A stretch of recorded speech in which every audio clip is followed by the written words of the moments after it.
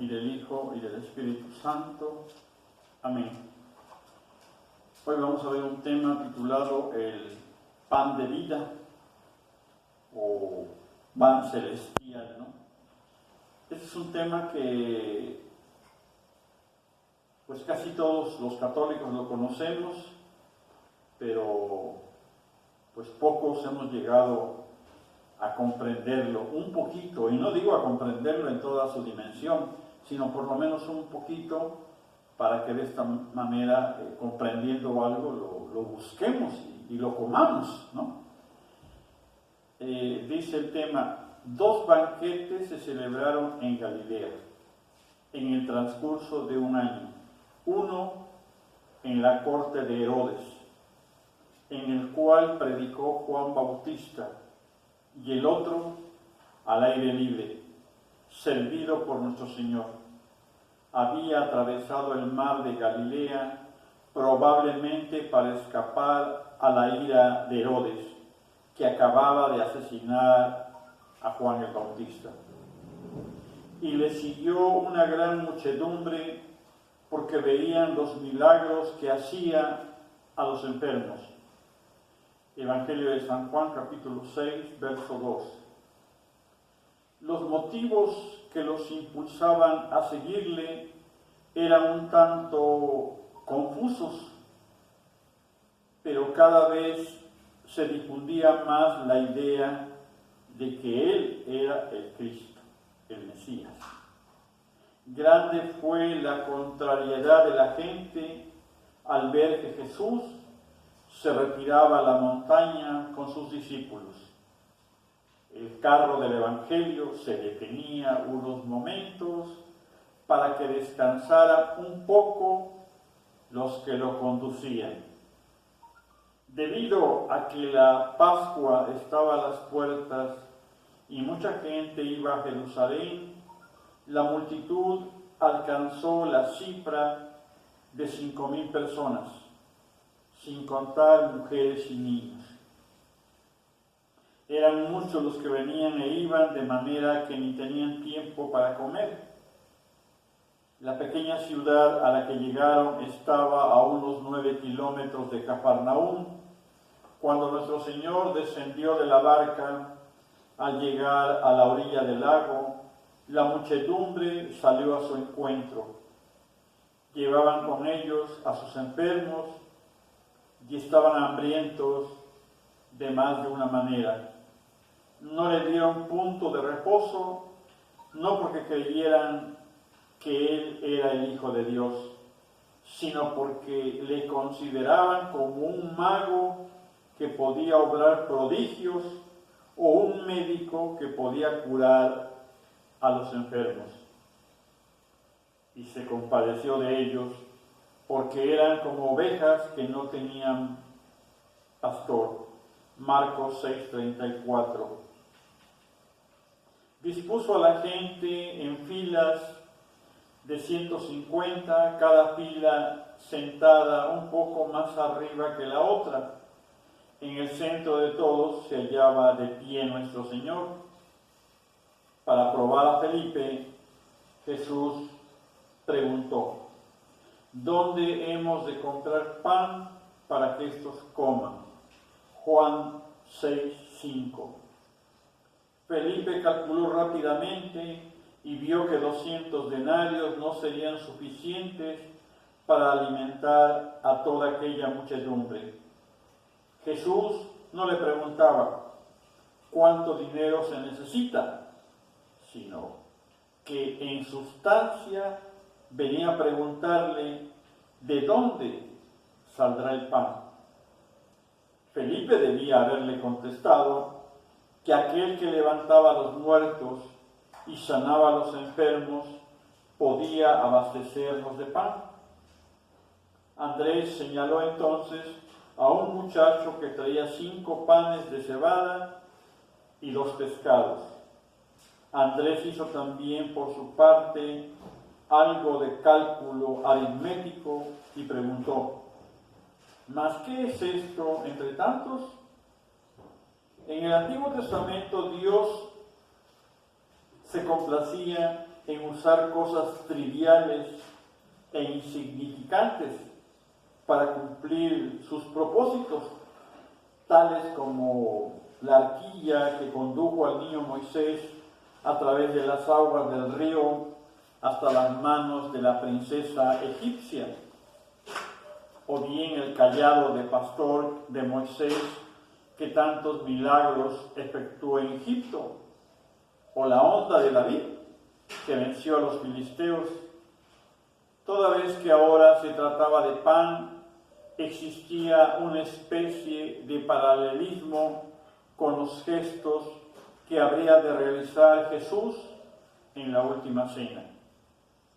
Y tomando los 5 panes y los 2 peces, miró al cielo y los bendijo. Partiendo los 5 panes y los 2 peces, dio a los discípulos. De la misma manera que un grano de trigo se multiplica lentamente en el suelo, así el pan y los peces, por un proceso acelerado, por obra divina, se multiplicaron hasta que todos pudieran hartarse. Si hubiera repartido dinero, nadie habría creído tener un estante para almacenar ese dinero, ¿no? La naturaleza había de ir tan lejos como le fuera posible. Luego Dios pondría el resto. Ordenó recoger las sobras y con ellas se llenaron 12 cestos. En el cálculo de los hombres siempre hace falta. En la aritmética de Dios siempre hay un superávit, sobra. El efecto que este milagro produjo en la muchedumbre fue impresionante. No había modo de negar que Cristo tuviera poder divino. Lo demostró al multiplicar el pan. Hizo que su recuerdo se volviera inmediatamente hacia Moisés, que había dado a sus antepasados el maná en el desierto. ¿Y acaso no había dicho Moisés que él mismo estaba prefigurando al Cristo o Mesías? Yahvé tu Dios levantará para ti de en medio de ti, de entre tus hermanos, un profeta semejante a mí. A él oiréis. Deuteronomio 18:15. Si Moisés se había autentificado o sellado a sí mismo mediante el pan en el desierto, ¿no era este Jesús aquel a quien Moisés había aludido, siendo así que también él daba pan de un modo milagroso?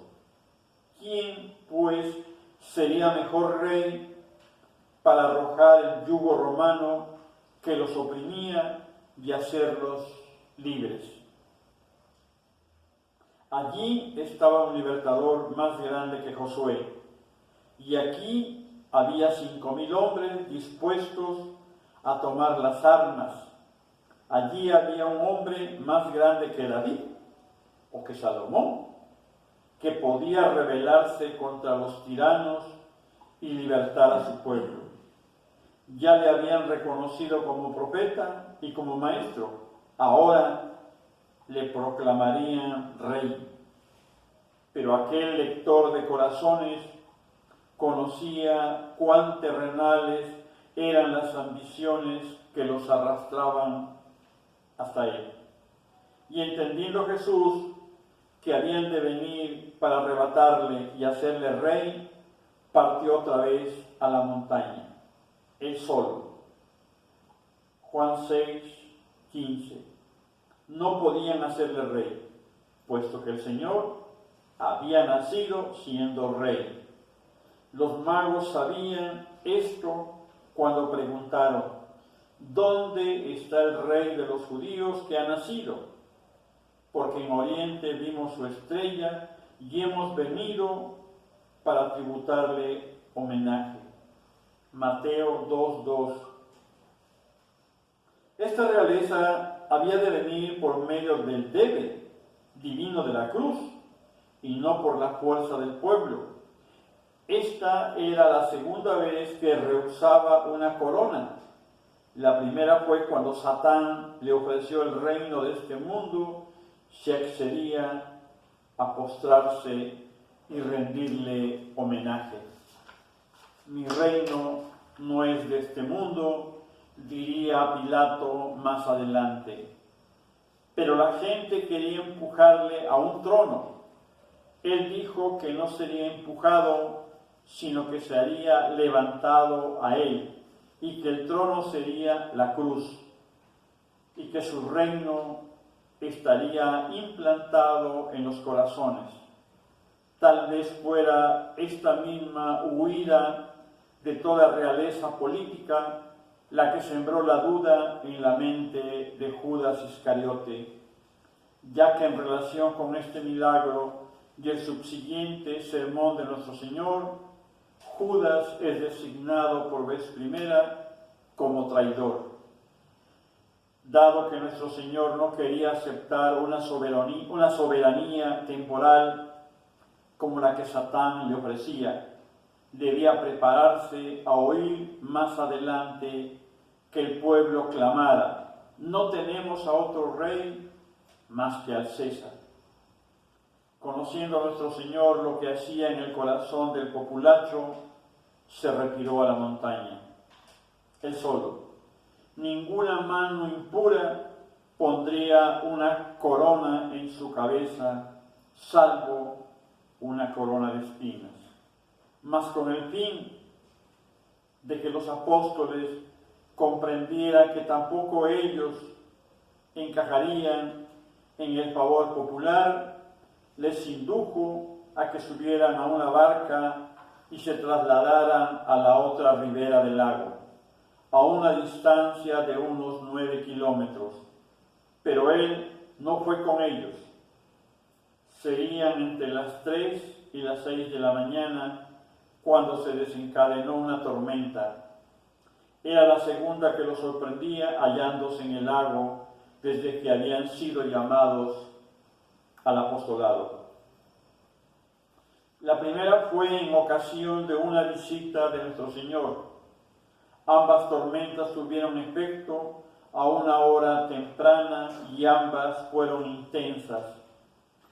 Aquella tempestad debió de ser de tal modo violenta que pudiera afectar a unos hombres acostumbrados a tales lances en su vida de pescadores en aquel mismo lago. Tal vez no fuera solo la tempestad lo que agitara su ánimo, sino también el hecho de que nuestro Señor se hubiera negado a ser rey. Es muy probable que llegaran a dudar incluso del poder de aquel que había multiplicado los panes y que ahora los enviaba a navegar por el lago en una noche tempestuosa. Si podía multiplicar el pan, ¿por qué no podía prevenir una tormenta? Que nuestro Señor pudiera dejarlos y luego volver a ellos rápidamente en medio del lago, les parecía tan imposible como si Él muriera y resucitara de nuevo. Pero he aquí que de pronto, mientras estaban pugnando con los remos, le vieron acercarse a ellos andando sobre las aguas.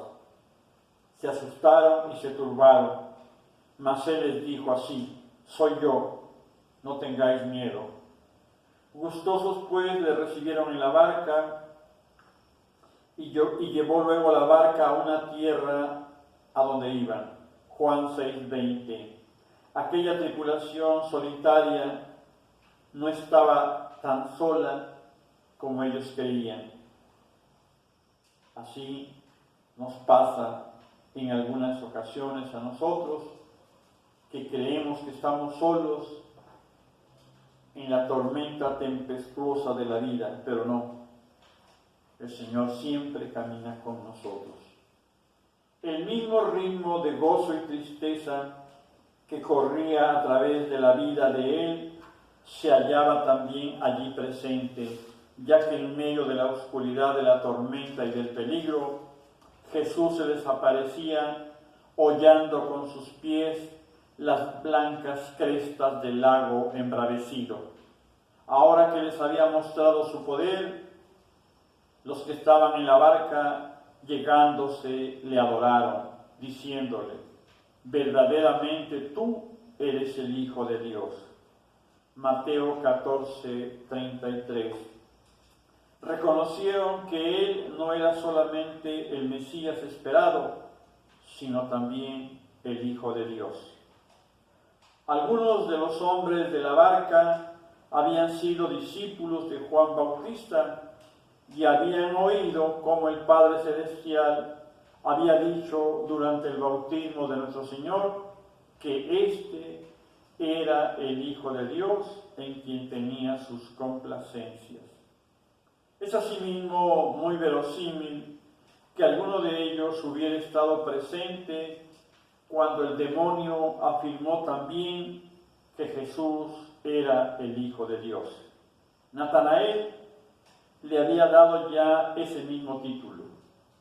Fue en esta ocasión cuando Pedro, al ver el primero a nuestro Señor antes de que entrara en la barca, le pidió si también podría caminar sobre las aguas y llegar hasta él.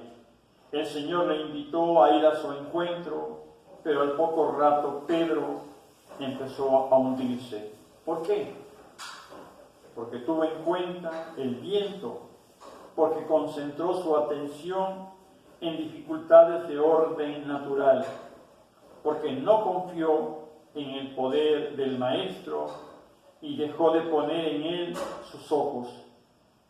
Mas viendo borrascoso el viento, tuvo miedo y comenzó a hundirse. Mateo 14:30.